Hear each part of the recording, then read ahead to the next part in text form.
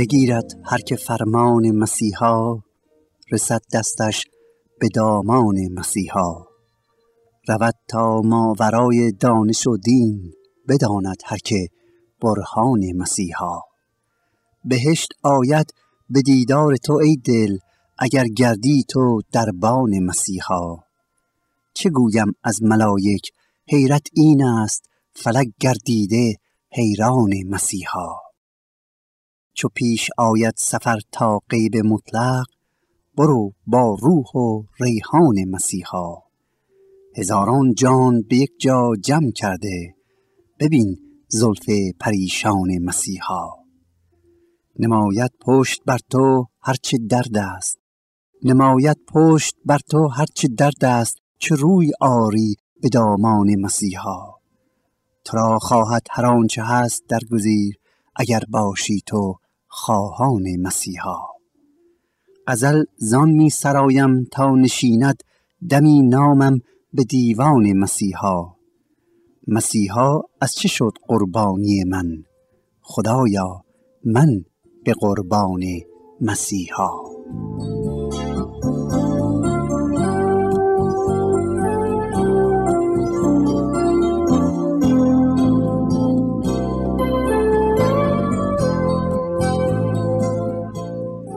صدای انجیل تقدیم می کند زندگی و تعلیمات یوشع نبی، اقتباس از صحیفه یوشع، ششمین قسمت از تورات مقدس.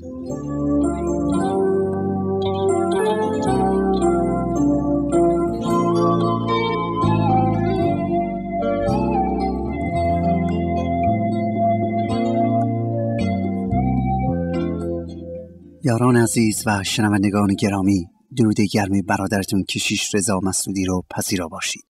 امیدوارم که در هر کجا که هستی شاد و سلامت بوده و با اعتماد و ایمان به خداوند محبت روزهای خودتون رو به سر بیاورید. از اینکه پروردگار مهربان این فرصت را عطا کرده تا با شما باشم و از کلام مقدس تورات زندگی یوشع نبی را با یکدیگر مطالعه کنیم، نام مقدسش را ستایش کرده و امیدوارم که با هدایت روح القدس بتوانم شما را در درک مطالب کتاب یوشع نبی یاری بدهم.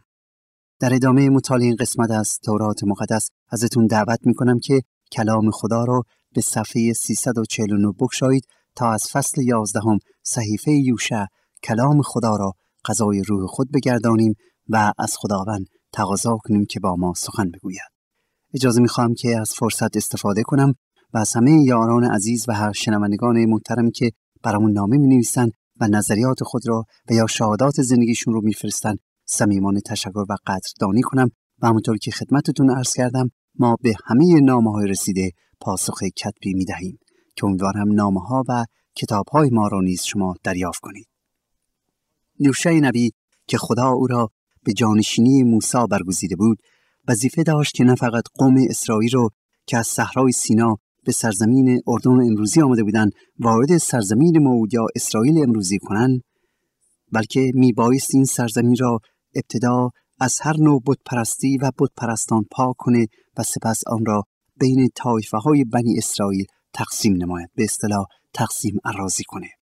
خدا به او قدرت عطا میکنه تا بتواند بر لشکریان بت پرست پیروز بشه و بتونه بت‌ها را از اون مناطق دور کنه، به طور که در فصل 10 متوجه میشویم که او موفق میشه تمام نواحی جنوب این سرزمین را از بتان و بت پرستان پاک کنه و حالا در ادامه کار خود توجه خود را به فصلهای بعد این کتاب که در واقع دنباله کار یوشع را بیان میکنه مبذول می‌داریم و دعا میکنم که باعث برکت شما نیز بشه.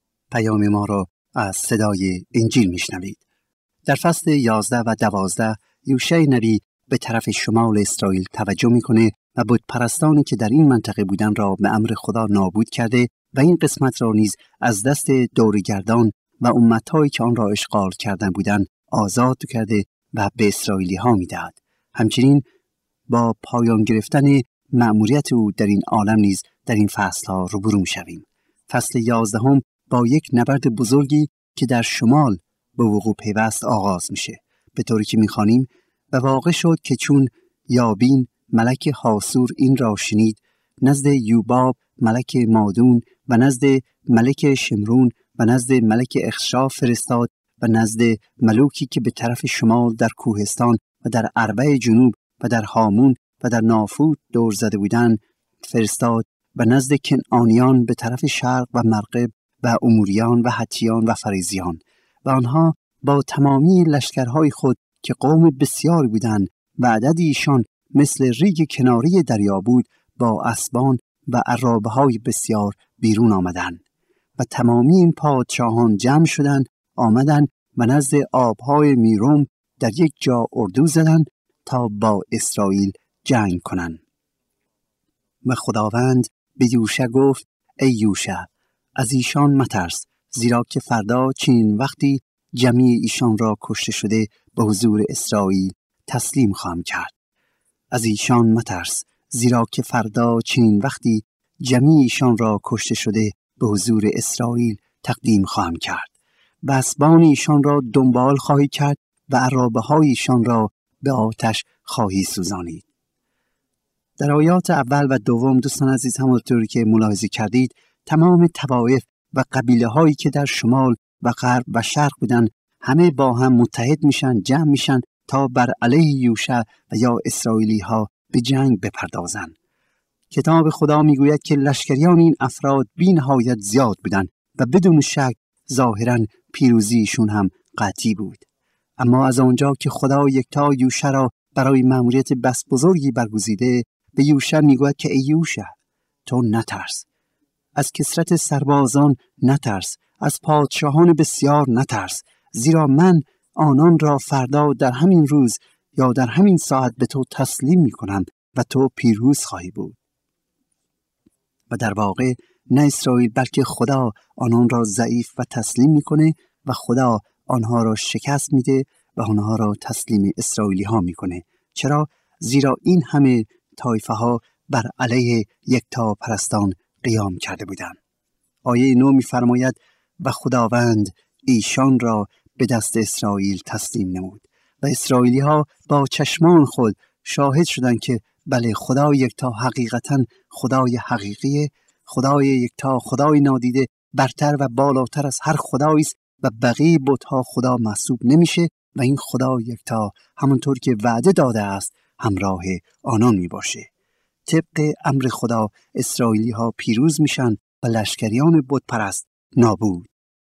در فصل 12 کلام خدا اسامی تمام پادشاهان و قبیله ها و طایفه هایی که در سر راه اسرائیلی ها وجود داشته و اینکه آنان با اسرائیلی ها به جنگ پرداخته بودند و یوشع نبی توانست بر همه آنها غلبه کند ذکر گردیده است که البته ظاهراً برای من و شما چیزی در آن نداره که توجهمون رو به خودش جلب کنه، ولی دوستان عزیز از نظر تاریخی این آیات و این اسامی بسیار بسیار مهم و حائز اهمیته، زیرا نشان میده که اولا این طایفه ها وجود داشتن و در ثانی تورات مقدس کامل و درسته و این اتفاقات خیالی نیست و در واقع تایید تاریخ از تورات مقدس.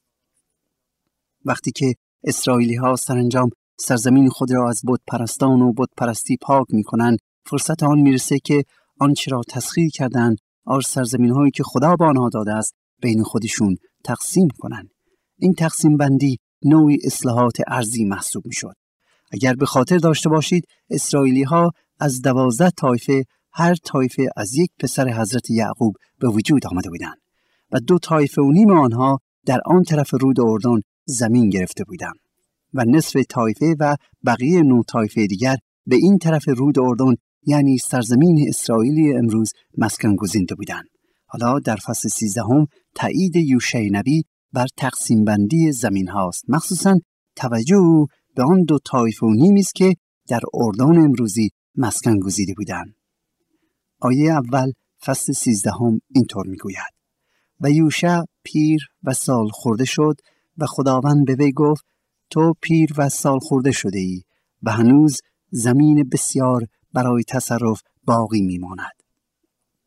خدا یکتا به یوشع ظاهر میشه و میگوید که یوشع تو پیر شدی، تو سال خورده شدی، به زبان دیگر مأموریت تو داره به پایان میرسه.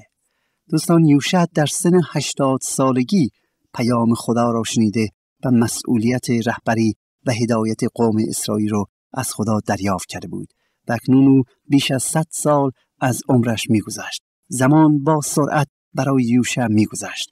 یوشع فکر نمی‌کرد که این 20 سال مانند 100 سال بوده، بلکه احساس می‌کرد که مثل برق گذشته است. و دوستان عزیز، واقعیت این است برای کسانی که خدا را پیروی می‌کنند و از او اطاعت می‌نمایند، زمان هیچ وقت آهسته و کند نمی‌گذرد. برعکس انقدر وقت تند می‌گذره که آدم اصلا احساس نمی‌کنه کار و مأموریتی که خدا به آنها داده تمام کرده. در عوض احساس می‌کنه که هنوز کار بسیاری است که باید انجام بدهد. کسی که با خدا باشه، کسی که در راه خدا و اراده او زندگی کنه، هیچ وقت احساس نمی‌کند که بیکار شده است و یا کاری نداره و یا بیهوده زندگی می‌کنه. چرا؟ چون خدا او را برای مقاصد خودش به کار برده و خواهد برد. دوست من، راستی شما در زندگی چگونه احساسی دارید؟ آیا احساس می‌کنید که زندگی فقط وقت گذرانیدن است؟ احساس می‌کنید که در واقع زندگیتون بی‌معنی و پوچه؟ دلیلش اینه که دوست من، شما زندگیتون را به خدا نداده اید و خدا شما را برای مقاصد خودش به کار نمیبره. نه اینکه نمیخواهد بپرد، خیر دوست من، کلام خدا پیام از محبت میکنه و مژده خداست که خدا میخواهد امروز تو را وسیله بگرداند که اراده او در این جهان کرده شود. خوشبخت کسانی هستند که خود را تسلیم اراده خدا میکنن و عاملی میشن برای اجرای ملکوت آسمانی. چرا؟ چون میبینیم که در اینجا حتی آخرین لحظه در این آیه خدا میگه ای یوشع تو پیر شدی، عمرت داره به پایان میرسه، اما سرزمین های زیادی است که هنوز تسخیر نکرده ای. یعنی ای یوشع هنوز کار خیلی زیاده، ولی تو دیگر پیر شدی، فرسوده شده ای و مأموریتت به پایان رسیده است. و دوستان عزیز، واقعیت اینه که ما اگر در کار خدا باشیم هرگز احساس نمی کنیم که زندگیمون بی‌معنی بوده و یا بیهوده بوده و یا اون که کاری رو انجام ندادیم. این موضوع مرا به یاد گفته حضرت پولس در انجیل مقدس میاندازه که در آخر عمرش نیز رو به مسیحیان شهر فیلیپین میکنه و میگه نه اینکه تا به حال به چنگ آورده یا تا به حال کامل شده باشم، ولی در پی آن میکوشم بلکه شاید آن را به دست بیاورم که برای آن مسیح نیز مرا به دست آورده است. و در آیه 14 فصل 3 همین رساله میگوید در پی مقصد میکوشم به جهت انعام دعوت بلند خدا که در عیسی مسیح می باشد. خدا به یوشع گفت که یوشع سرزمین های بسیاری است که اسرائیلیا باید آن را تصرف کنند، ولی آنها در پی آن نرفتند و در نتیجه آن را به دست نیاوردند. و دوستان، این موضوع درس مهمی در عالم روحانیت برای من و شما داره و آن اینه که خداوند امروز نیز در عیسی مسیح نعمات فراوانی را به ما عطا کرده است، ولی چون همه ما به دنبال آن نیستیم، چون به دنبال نعمات الهی نمی رویم، در نتیجه از آن محروم هستیم. چه بسا وقتی که از 1 یا 2 نعمت خدا برخوردار میشیم، دیگر هرگز دنبال عطایای بیشتر خدا نمیریم و میگوییم به همین راضی هستیم، در حالی که خدا خیلی چیزهای بیشتری رو برای ما مهیا کرده است و میخواد که ما از آن بهره مند شویم. در آیه 7 خداوند میگوید ای یوشع، الان این زمین را به 9 سبت و نصف سبت منسی برای ملکیت تقسیم نما. خدا میگوید که من سرزمین را به اسرائیلی ها دادم و حالا یوشع تو آن را به این 9 طایفه و نصف طایفه بایستی تقسیم کنیم. برای همین بود که یوشع طایفه های اسرائیل را جمع میکنه و قبل از مرگش سرزمین را بین آنها تقسیم میکند تا نزاعی در پیش نگیرد. در فصل 14 هم میبینیم که طایفه کالیب نوایی هبرون را از آن خود میگرداند. کالیب همون کسی است که در مصر به دنیا آمد، یعنی در غلامی و بردگی مصریان همانند یوشع نبی همراه و همیشه با موسی و مطیع اوامر خدا بود. اتفاقا فقط یوشع نبی و کالیب بودند که در بندگی تولد شدند و به سرزمین موعود رسیدند. کالیب نیز در این ایام حدود 85 سال از عمرش گذشته بود. او صاحب ایمان قوی بود، ایمانی که سبب گذشت و ایمانی که سبب آمادگی و روبرو شدن با مسائل حال و آینده را داشت. او به آینده همیشه می‌نگریست و دست خدا را در زندگی خود و دیگران می‌دید. برای همین بود که کالیب رو به یوشع می‌کند و می‌گوید ای یوشع، من 40 ساله بودم وقتی که موسی بنده خداوند مرا از قادش برنی برای جاسوسی زمین فرستاد و برای او خبر آوردم چنان که در دل من بود. لیکن برادرانم که همراه من رفته بودند دل قوم را گداختند و من یهوه خدای خود را به تمامی دل پیروی کردم. و در آن روز موسی قسم خورد و گفت البته زمین که پای تو به آن گذارده شود برای تو و اولادت ملکیت ابدی خواهد بود، زیرا که یهوه خدای تو را به تمامی دل پیروی نمودی. و الان اینک خداوند چنان که گفته بود این 45 سال مرا زنده نگاه داشته است. کالیب در اینجا شهادت خود را می‌دهد، از کار و قدرت و رحمت و فیض خدا صحبت می‌کنه. کالیب زندگی و سلامتی و قدرت خود را از جانب خدا می‌دونه و در واقع شهادت میده که هستیش، علت وجودش به خاطر ایمانی بوده که به خدا یکتا داشته است.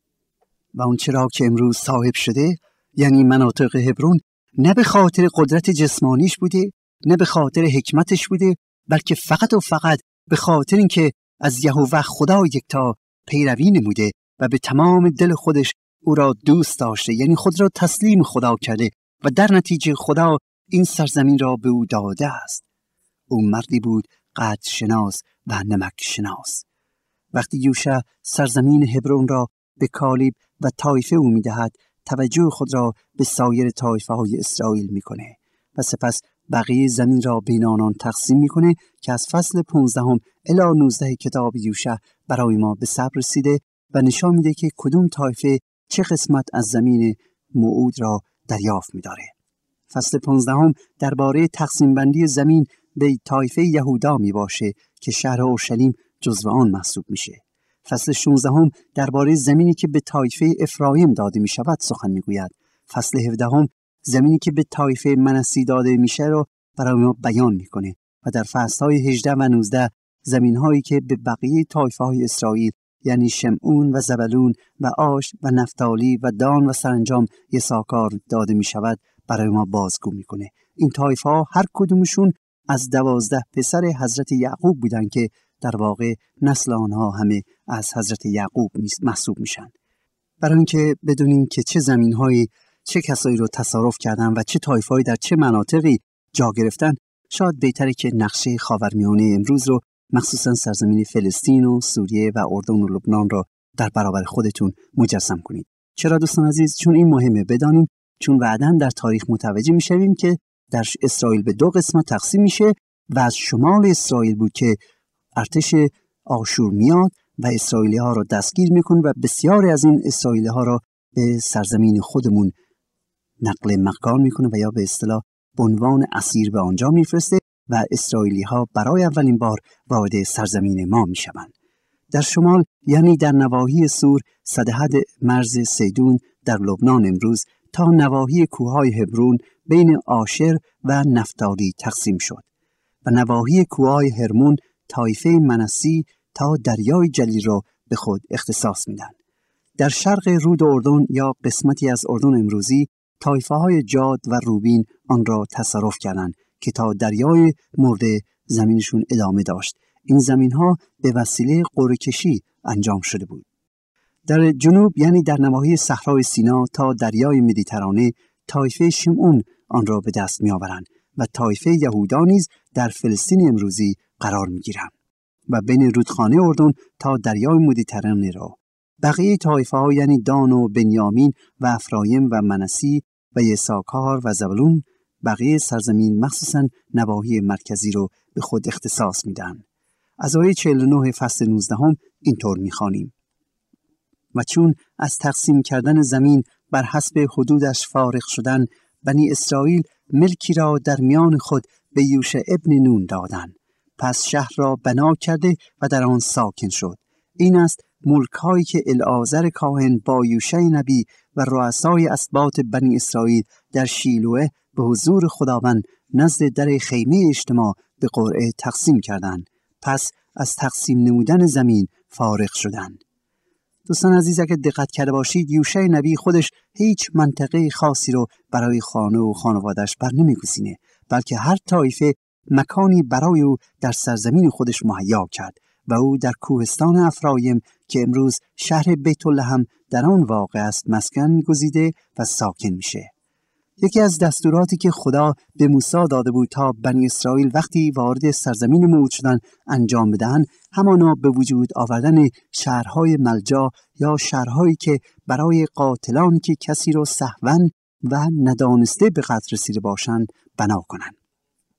حالا پس از اینکه قوم هر کدومشون صاحب زمین شدن، خداوند یوشع رو خطاب میکنه که امر کنه تا قوم بر حسب آنچه که به موسی گفته بود شهرهایی برای پناهگاه کسانی که مرتکب قتل غیر عمد شدن بسازند تا سر فرصت و با اجرای عدل کامل حق را اجرا نمایند و نه اینکه خشم و نفرت انسانی سبب قتل بشه، به طوری که 3 آیه اول فصل 20 اینطور میگوید: و خداوند یوشع را خطاب کرده گفت بنی اسرائیل را خطاب کرده بگو شهرهای ملجایی را که در باری آنها به واسطه موسی سخن گفتم برای خود معین سازید تا قاتلی که کسی را سهواً و ندانسته کشته باشد به آنها فرار کند و آنها برای شما از ولی مقتول ملجا باشد.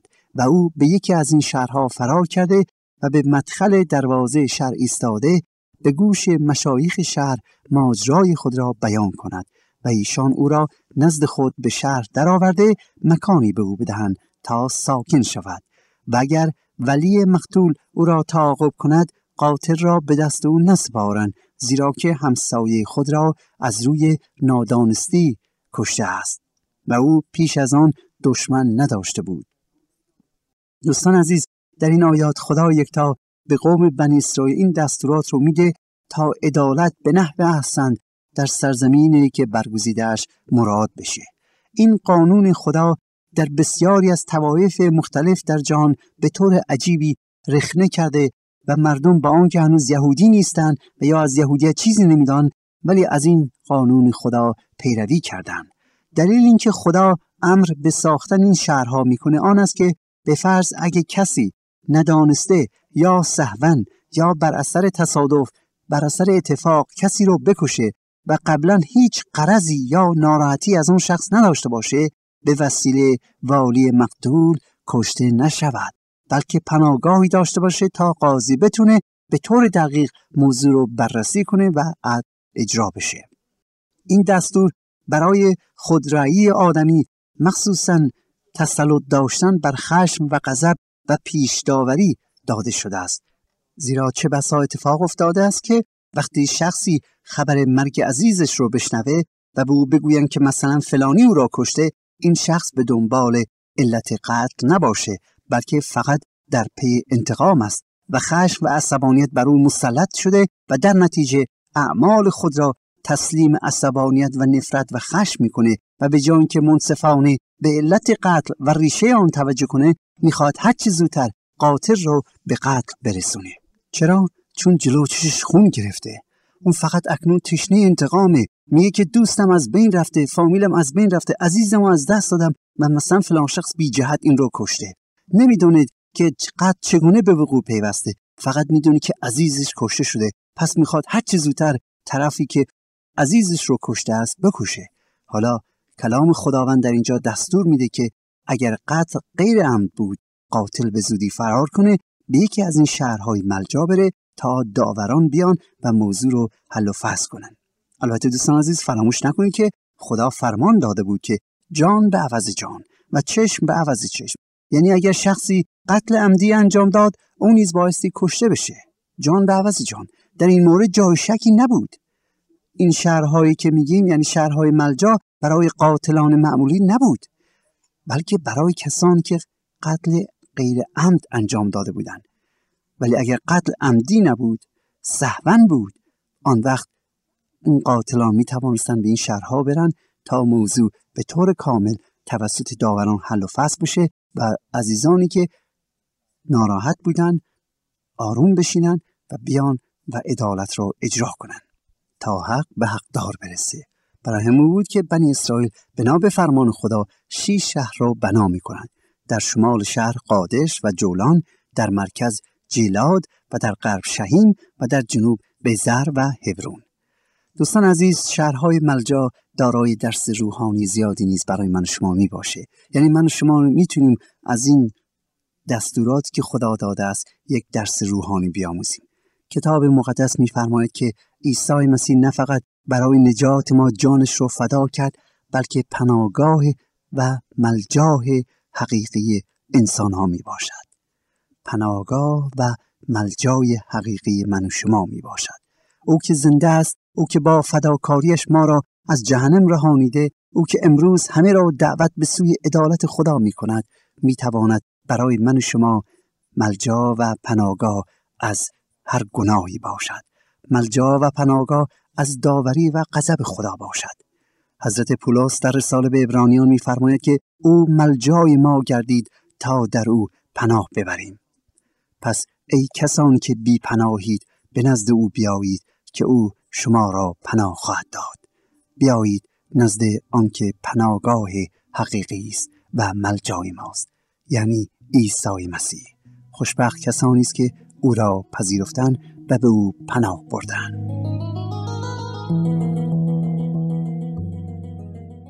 آنچه شنیدید برنامه‌ای بود از رادیو صدای انجیل. خوشحال می‌شویم که با ما مکاتبه کنید و از نشریات و ادبیات ما استفاده نمایید و از طریق شبکه‌های اجتماعی فیسبوک، گوگل پلاس و یوتیوب با تایپ فارسی رادیو صدای انجیل همراه ما باشید. همچنین از طریق تلفن و ایمیل نیز می توانید با ما تماس بگیرید. آدرس ایمیل ما از این قرار است: radioenjil@gmail.com. تکرار می کنم، ایمیل ما radioenjil@gmail.com و تلفن ما 201 616 920 1791. تکرار می کنم، 201 616 920 1791. تا برنامه دیگر و روز دیگر، خدای یکتا و مسیح زنده با شما باشد. ماراناتا، یعنی خداوند به زودی برمیگردد. آمین.